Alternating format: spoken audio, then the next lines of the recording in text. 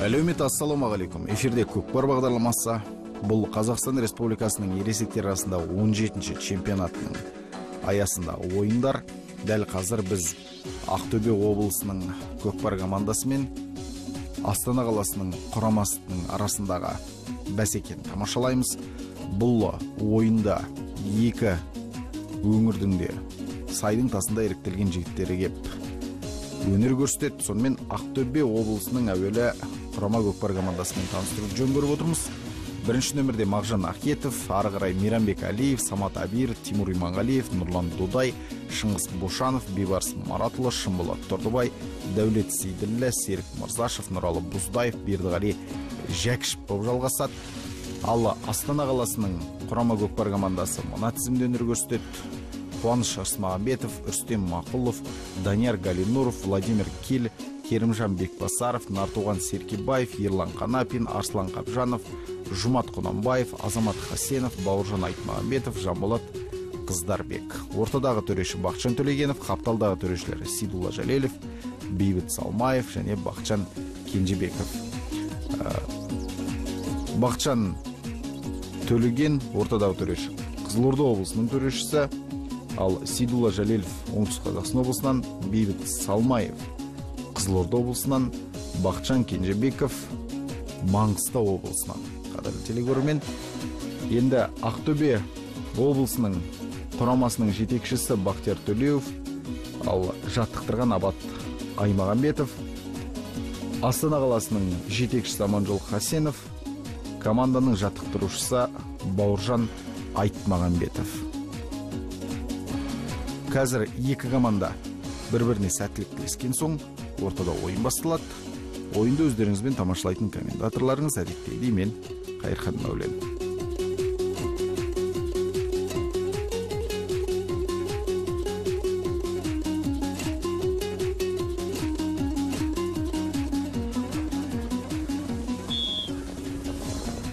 Сонымен Серкек шеңберде Ақтөбе облысы мен Астана қаласының жігіттері Серкеге таласты бастап кетті.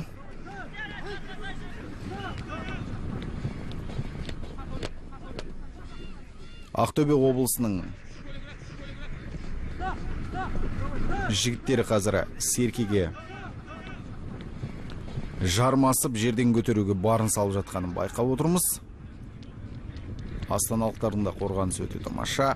Жалпы Астана қаласының Тұлпар көкпар клубы қаншама жыл жұмыс істеді, өте керемет өнер көрсетті. Қазір таңда ұлттық құраманың сапында өнер көрсетіп жүрген Александр Пупенко осы Астана қаласынан шыққан болатын.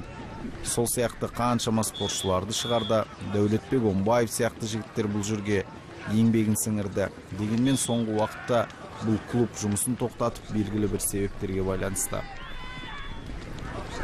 тоқырақ болған болатын Астананың көкпары. Осы чемпионаттан бастап қайта шықты аренаға.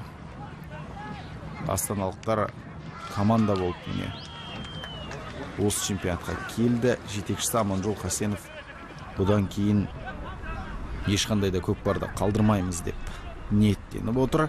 Ендеше бұл өңірден, жалпы Ақмола облысының жігіттерінің арасынан Астана қаласынан қаншама мықты жігіттердің шығатынын біз білеміз. Арслан Қапжанов міне сіздердің назарларыңызда Серкені тақымға басып тұр.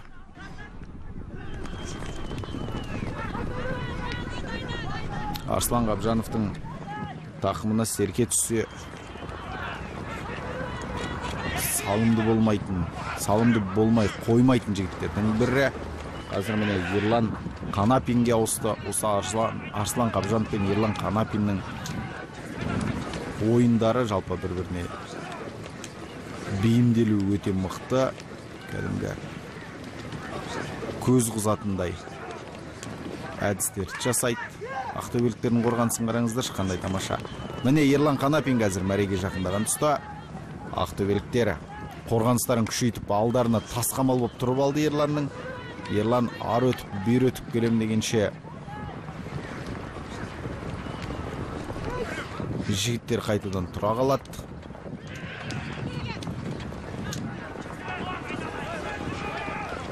Ерлан Қанапин артына қарап, қай жерден саңлау табам екен деген ниетпен жүрген секілді. Мінекей тақымында серке басқан Нұрлан Додай қазір Ерлан Қанапиннің қапталында жүр. Өз командасын қорғап Нұрлан Қанапинді, кешіріңіздер, Нұрлан Додайды Ерлан Қанапин қазір қалдырып кетуге барын тырысқанымен де Нұрлан қалмай бара жатыр еді. Бұл жолы Ерлан Қанапиннен көз жазып қалды. Аят деген ай. Тамаша мүмкіндік еді ғой. Ерлан Қанапин бірақ шебер ойын көрсетті. Сәл ғана серке ортаға түспеді демесеңіз, керемет тамаша өнерді көрдік Ерлан Қанапиннің тарапынан.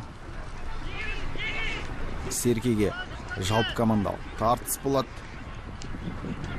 Өйткені мәре сызығының үстінде жатты. Шынболат Тұрдыбай қазір серкені тақымға басып алған. Ақтөбе облысының ойыншысы аттың үстінде қалай тік отырады қараңыздар. Серкені тақымға басып ақтөбеліктері шабуылға шықты. Бұл Ақтөбе облысының алғашқы шабуылы. Бірақ тура орта жолда астаналықтар қазір серкені тартып алуға барын салып бағуда.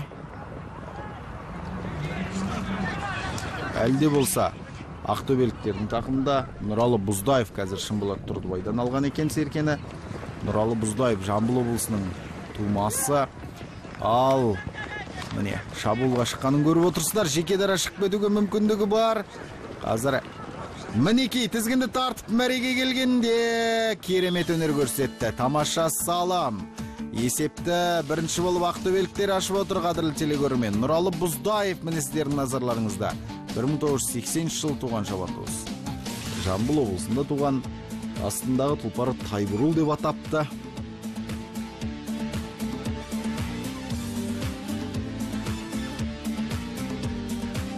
Қобыландының Тайбұрылына ұқсасын десе керекті.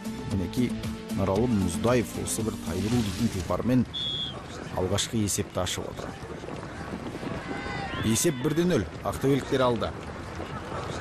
Бұл көптің күтпеген жағдайда болуы да мүмкін. Өйткені ақтөбеліктер Астанаға қарсы мұндай ойын өрнегін көрсетуге бұрын соңды екіталай болатын. Міне, сәл ғана үзілістің кесірінен астаналықтар көп нәрседен тыс қалып қойды. Нәтижесінде Ақтөбе облысының жігіттері жасындай жарқылдап шығып жатқаны қуантады. Рүстем Мақұлов қазір серкені өз тақымына басып алды. Ақтөбеліктердің қорғанысын қараңыздар, қандай тамаша. Қапталдан шығарып жіберді қазір. Серке ойын алаңының сыртында. Енді ортада әрі қарай жекпе-жек сайысы болады. Рүстем Мақұлов серкені тақымнан бермегенімен ойын алаңның ішінде жүре алмады. Енді ортада жекпе-жек сайысы болады. Жекпе-жекке кім шығады екен? Бұл бүгінгі ойын барысындағы алғашқы жекпе-жек екенін айта кетейік. Самат Әбиір мен Арслан Қабжановтың арасындағы жекпе-жек.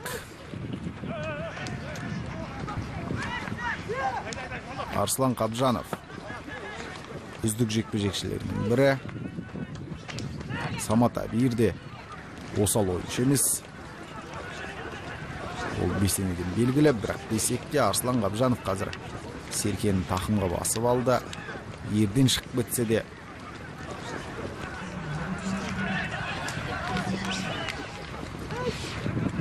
қандай тамаша өнер көрсеткенін көрдіңіздер. Арслан Қабжановтың тақымындағы серкені қазір Ерлан Қанапинге ұзатуға тиісті.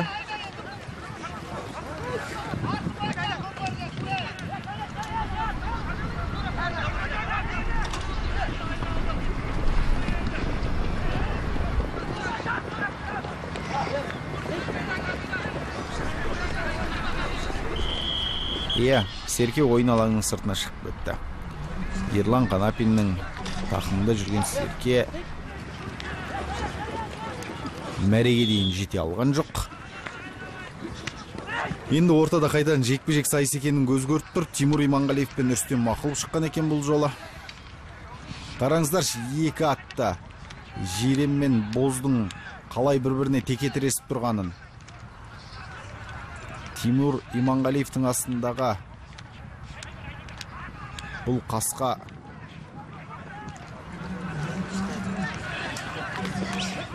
Астананың атына мүмкіндік берер емес расымен де. Серкен жерден көтеруге тиісті қазір. Тимур Иманғалиев еңкею керек еді, бірақ әттегені Рүстем Мақұлов атайлсыз болса да өзі мықты екенін көрсетті. Тимур Иманғалиевтің аты күшті еді десек те Серкен жерден көтеріп ала алмады, тіпті еңкейген де жоқ. Сонымен Рүстем Мақұловтың өзі шабуылға шыққан сыңайлы. Көрейік, Бозаттың жылдамдығы қалай екен. Жоқ, ақтөбеліктер жетіп алды. Қорғаныста жүр қазір.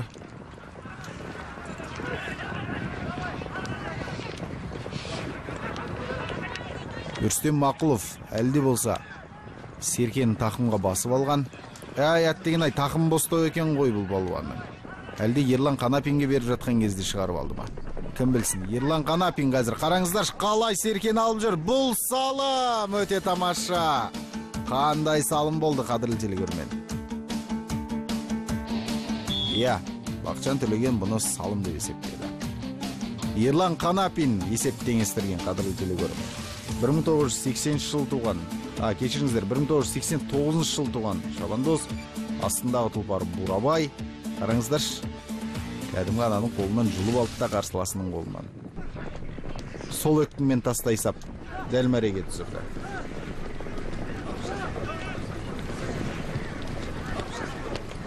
Бірінші кезеңнің бел ортасынан асқан тұста есеп теңестіріп отыр. Тартысты ойын болып жатқаны бәрімізге белгілі, қадірлі телекөрермен. Серкені бірінші болып тағы кім көтерер екен. Жалпы бұл қазандық жоқ кезде мәреге шабатын болғандықтан кім бірінші болып көтереді Серкені, соған салымды болуға мүмкіндігі көп. Әттеген қазір Керімжан Бекбасаров Серкені тақымға дұрыс басқан жоқ. Алдына өңгеріп алып келе жатыр еді. Жалпы бұл көкпарда тек тақымға басып алу керек қой негізінен. Алдына өңгерудің қажеті жоқ, өйткені аттың жылдамдығымен алдында өңгеріліп тұрған Серкені нақты мәренің үстіне тастаймын деу кішкене қиындық тудырады. Арслан Қабжанов қайтадан Серкені тақымға басып алды. Енді Ерлан Қанапинге ұзатып жіберу керек. Ерлан Қанапинді бүкіл ақтөбелік спортшылар жауып алған. Міне сонда да Арслан Қабжановтың жанына жақындаған Ерланды көріп отырсыздар, қадірлі телекөрермендер. Қазір Серкені алуға мүмкіндігі бар еді, бірақ жылдамдық жетіспей қалды. Ерлан Қанапин тағы да Серкені өз тақымына басып алғанын көрдіңіздер, қадірлі телекөрермен. Әттеген жерге түсіріп алған екен. Біздің ауыз Ерланнан жылдам болып кетіпті. Тақымға басып үлгермеген екен.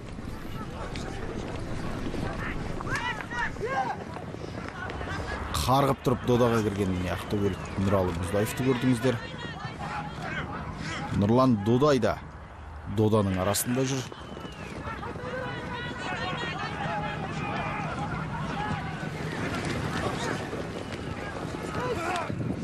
Міне 11-ші нөмірдегі Нұралы Бұздаев қайтадан Серкені тақымға басты. Нұралы Бұздаев алғашқы салымның авторы болатын. Тізгінді тарту керек қазір. Қалың доданың арасына шығып кеткен сәт. Бұл салым өте тамаша, қадірлі телекөрермен. Нұралы Бұздаев есепте еселеді. 1980 жылы Жамбыл облысында туған палуан, Тайурул дейтін тұлпармен екінші салымды салып отыр. Ақтөбеліктердің қоржынын қампитуға барын салған Нұралы Бұздаев міне екінші салымына қол жеткізді. Осы ойын барысындағы жалпы чемпионатта Нұралы Бұздаев 8-ге жуық салым салды. Соның екеуі міне Астанаға қарсы болып отыр. Бүгінге дейін.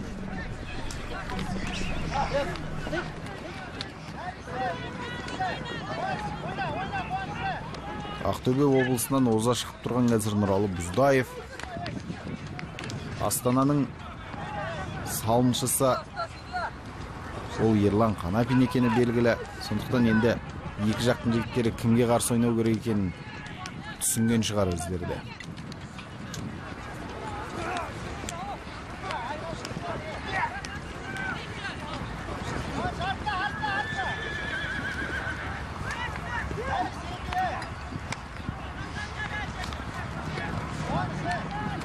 Міне, ақтөбеліктер қазір Серкен тағы да жерден көтерген болатын.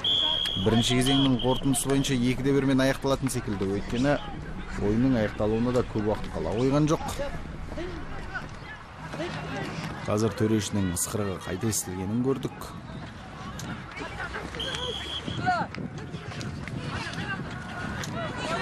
Мағжан Ахетов пен Рүстем Мақұлов. Мағжан Ахетов жалпы Мираж дейтін сәйгүлікпен аты шыққан жігіттердің бірі. Қараңызшы, қандай тағы да Серкен жерден еңкейіп көтеріп жатқан. Мағжан Ахетов өте жас жігіттердің бірі. Серкені өз тақымына басып алды, бірақ ойын алаңның сыртына шығып кететін сыңайлы. Ортада қайтадан жекпе-жек сайысы болады. Мағжанның астындағы айғыра бас бермей қойған секілді. Оның үстіне қапталынан соғып, қағып астаналық балуан барады. Мағжан Ахетов пен Арслан Қабжановтың арасындағы жекпе-жек. Рүстем Мақұловтан Серкені жұлып алған болатын Мағжан. Арсланнан айласын асыра ала екен. Оны да дәл қазір көреміз. Мағжан Ахетовтың астындағы аты да мықты. Қара кермен кеп қаққан Арслан абадандығына салып қазір Серкеге бірінші болып еңкей алама көрейік. Қазір мүмкіндігі бар Арслан Қабжанов өте жылдам шабандоздардың бірі. Міне көрдіңіздер ғой. Аттың алқымынан Серкені ауыстырып, оң тақымына қарай басып алуға барын салуда. Бірақ бұл жерде Арслан Қабжанов кішкене төрешіге наразылығын білдіріп жатқан секілді. Мағжан Ахетов міне Серкеге қайтан келген. Әлде болса Серке жерде жатыр.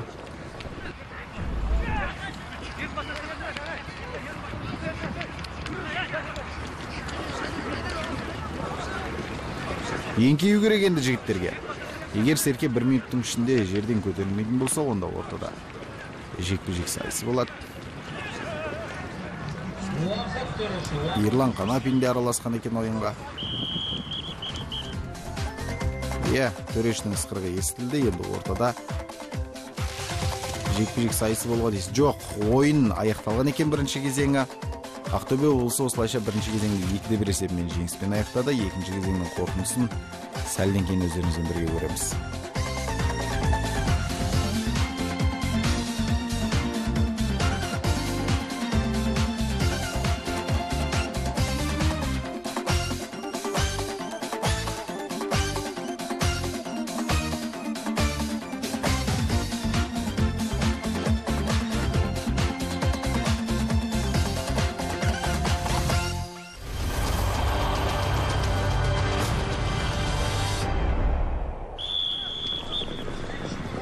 Ақтөбе облысы мен Астана қаласының құрама көкпар командаларының арасындағы екінші кезең басталды.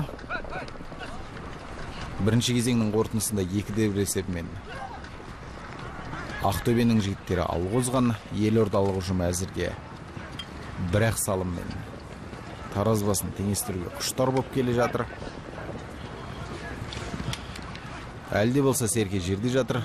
Екі жақтың да жігіттері қанша еңкейгенмен Серкенің жерге дейтін магниті бар секілді әйтеуір. Көтерілер емес, бір-біріне көтеруге мүмкіндікті берер емес. Өйткені Серке бірінші кімнің тақымына тиеді, сол салымды болуға толықтай мүмкіндік алады. Өйткені бұл жерде қазандық жоқ. Қорғаныс дейтін ойын өте аз қалды, тек шабуылда ғана ойын өрнегін көрсету керек. Ерлан Қанапин қазір Серкені тақымға басып алған және жалғыз өз жеке дара шауып келе жатыр. Бұл енді салым болуға тиісті ғой. Иә, салым. Ерлан Қанапин есеп теңестірді. Есеп 2-2. Өзі екі команданың сапынан екі ақ жігіт салым салып жатыр. Бірі Ерлан Қанапин астаналықтардан, екіншісі Нұралы Бұздаев ақтөбеліктерден. Екеуінің бүгін бағы жаңа күн болып тұр. Нұралы Бұздаев алғашқы есепті ашқан, одан кейін Ерлан Қанапин есеп теңестірді. Нұралы Бұздаев қайтадан есепті алғыздырған ақтөбеліктердің пайдасына. Міне Астанадан Ерлан Қанапин қайтадан есеп теңестіріп кетті. Қандай тартысты бәсеке десеңізші. Алма кезек салымдармен алмасып жатыр қазір.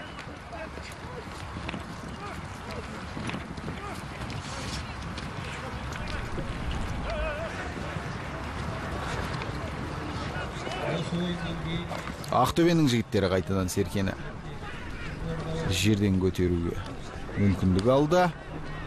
Иә, 6-шы нөмірдегі Шыңғыс Бошанов қазір Серкені өз тақымына басып алды. Мәреге қарай жеткіп бара жатқан сәтке куә болып отырмыз. Шыңғыс Бошанов, бұл салым болар ма екен? Ат деген ай. Серке Мәренің тура жиегінде жатыр. Бұл салым өте тамаша. Шыңғыс Бошановтың апарған серкесін Шымболат Тұрдыбай салып кетті. Шымболатқа бұл үлкен сый болды. Оңтүстік Қазақстан облысында 1995 жылы туған шабандоз Шымболат Тұрдыбай. Астындағы айғыры Оразбай деп атаған екен. Міне ойынның екінші кезеңінің 4-ші минутында ақтөбеліктер қайтадан алғызды. Расымен де алма кезек бір-біріне қайта-қайта салым салып, жігіттер тартысты ойынның куәгер етіп жатыр бізді.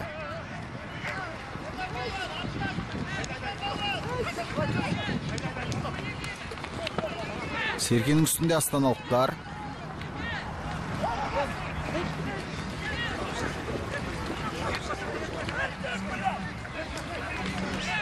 Мүмкіндік бар еді дәл қазір, бірақ одан айырылып қалды. Енді ақтөбеліктер осы мүмкіндікті уыстан шығарып алмау керек. Міне еңкей палуан.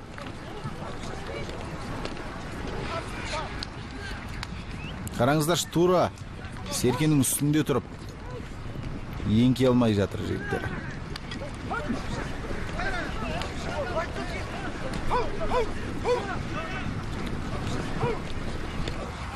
Міне қазір жерден көтеруге мүмкіндік алды Ақтөбе облысының жігіттері, алайда ойын алаңның сыртына шығып кетті.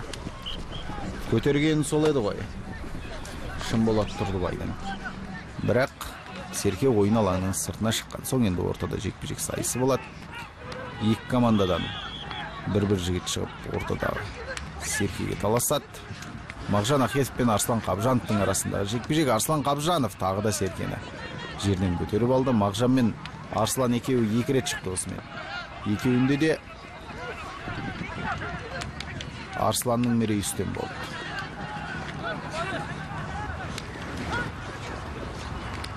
Қалың дода басталды. Арсланның тақымынан ақтөбеліктер Серкенің жұлып алғанымен де қазір қайтадан жерге түсіріп алғанын көрдіңіздер.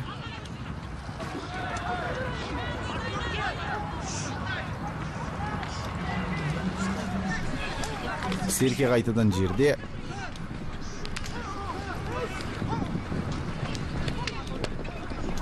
Мағжан Ахетов қазір Серкені сүйреп келе жатыр, бірақ қайтадан жерде қалып қойды. Мағжан Ахетов жалпы жастар арасында жалындап шыққан болатын. Ересектер арасында да кәдімгі еңселі жігіттермен бірдей өнер көрсетті.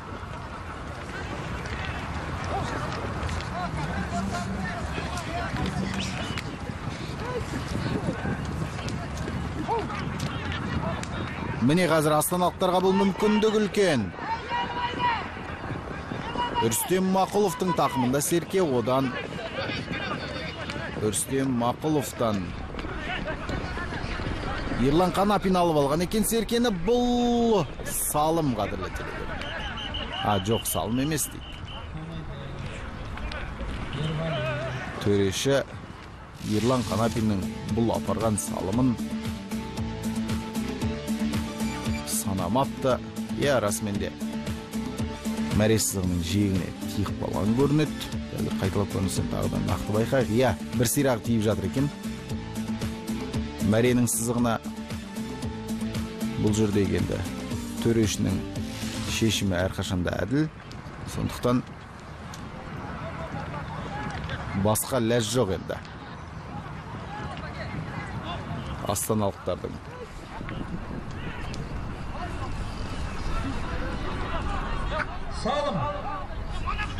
Мүмкіндігінен тыс қалды.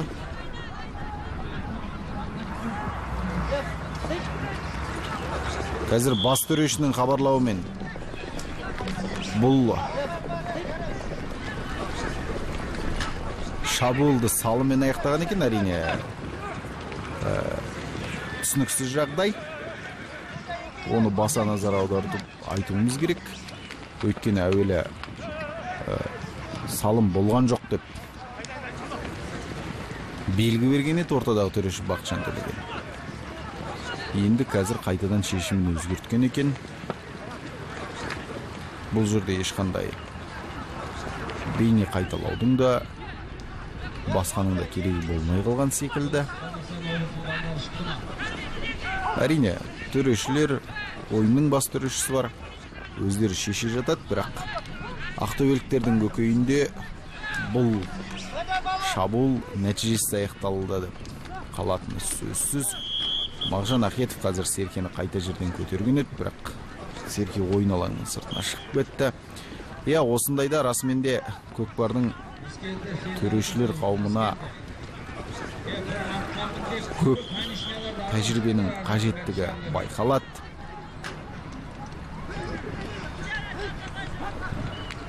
Білімдерін көтеру жұмыстары да жасалуға тиісті секілді. Бұл енді ұлттық спорт түрлері қауымдастығы мен еліміздегі спорт және дене шынықтыру агенттігіне сын болмақ. Басысы халық төреші. Енді ақтөбеліктері бұл салымда санамасы белгілі ғой. Десек те енді көзге көрінген соң айту керек. Серкенің сирағы расымен де мәренің сызығына тиіп жатқандай боп көрінді. Ортада жекпе-жек сайысы. Самат Абир мен Арслан Қабжановтың арасындағы жекпе-жек. Арслан тұр-тұра Серкенің үстінде. Арслан өзі сәл ғана сәтті күтіп еңкейе кететін палуандардың бірі. Астында қарагерде соған жағдай жасай қалады. Самат Абирдің шабуыл жасағын күтіп тұр қазір Арслан Қабжанов. Самат Абир бір шабуыл жасағаннан кейін қайтадан шабуылға жасау үшін еңсе тіктеп алу керек қой. Сол аралықта Арслан Қабжанов Серкені алып үлгерем дейтін жоспарды жоқ емес. Ал Самат Абир болса Арслан Қабжанов Серкеге еңкейген кезде шабуыл жасайым деп тұрған сыңайлы. Арслан да күтпеді, Самат та кешікті.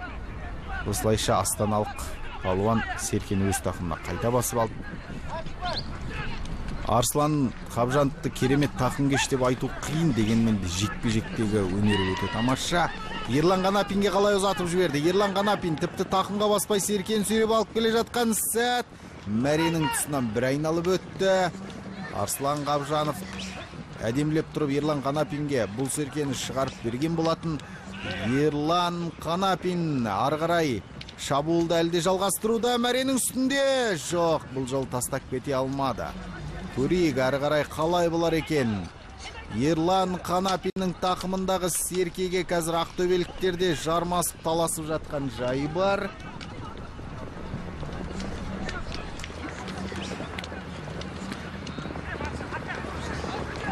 Әлде болса Ерланның тақымында Серке, бірақ ойын алаңның сыртына шығып кеткенін көрдік. Нұралы Бұздаев жармасқан еді бұл жолы.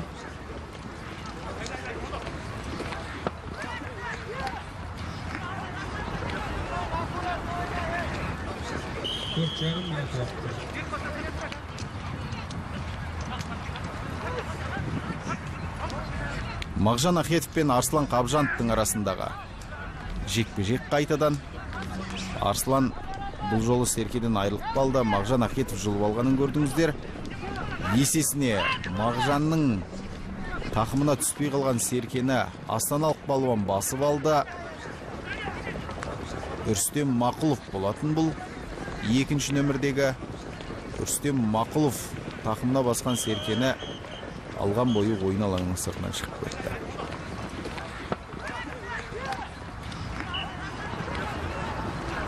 Есеп 3-3 қадірлі телегөрермен.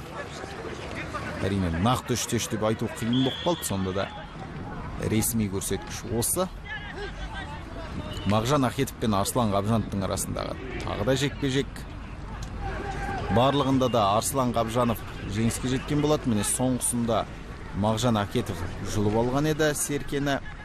Бірақ бұл жолда сол олқылықтың орнын Арслан Қабжанов қайта толтырған сыңайлы. Арсланның тақымындағы Серкені дәстүр бойынша Ерлан Қанапин алып кету керек болатын. Бірақ беліне байлап ап Серкені міне Мағжан Ахетов арт артып бері тартқанымен де Ерлан Қанапиннің тақымына қайта түсті Серке. Ай шіркін, Ерланның тақымына Серке түссе ойын қыза түседі.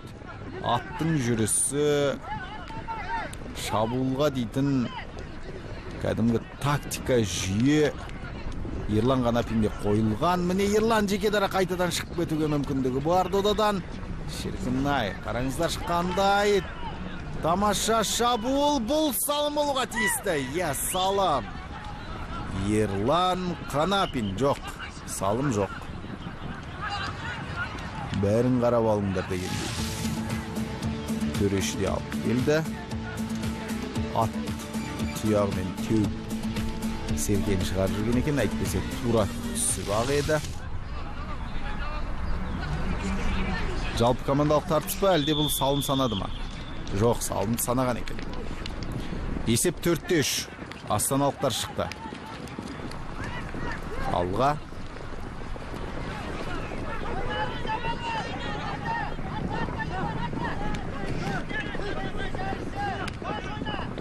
Қайталап көріністен де көрдіңіздер. Расымен де Ерлан Қанапиннің тастаған Серкесінің мәренің дәл қақ ортасына түскен болатын. Бірақ одан кейін аттың тұяғы теуіп сырғытып шығарып жіберді.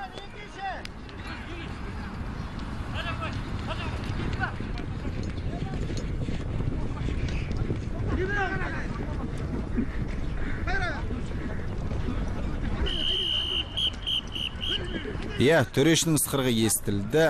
Осылайша екі командаға ойынға деп берілген 40 минут аяқталды. Бір салым айырмашылығымен Астана қаласының жігіттері жеңіске жетіп отыр. Әрине, сұрағы көп ойын болғаны белгілі. Оны ойыннан соң төрешілері алқасы жиналып, әр команданың жетекшілері бар, өзара шеше жатар десек те, бұл ойын тарихта Астана қаласының жеңісімен қалатын болды.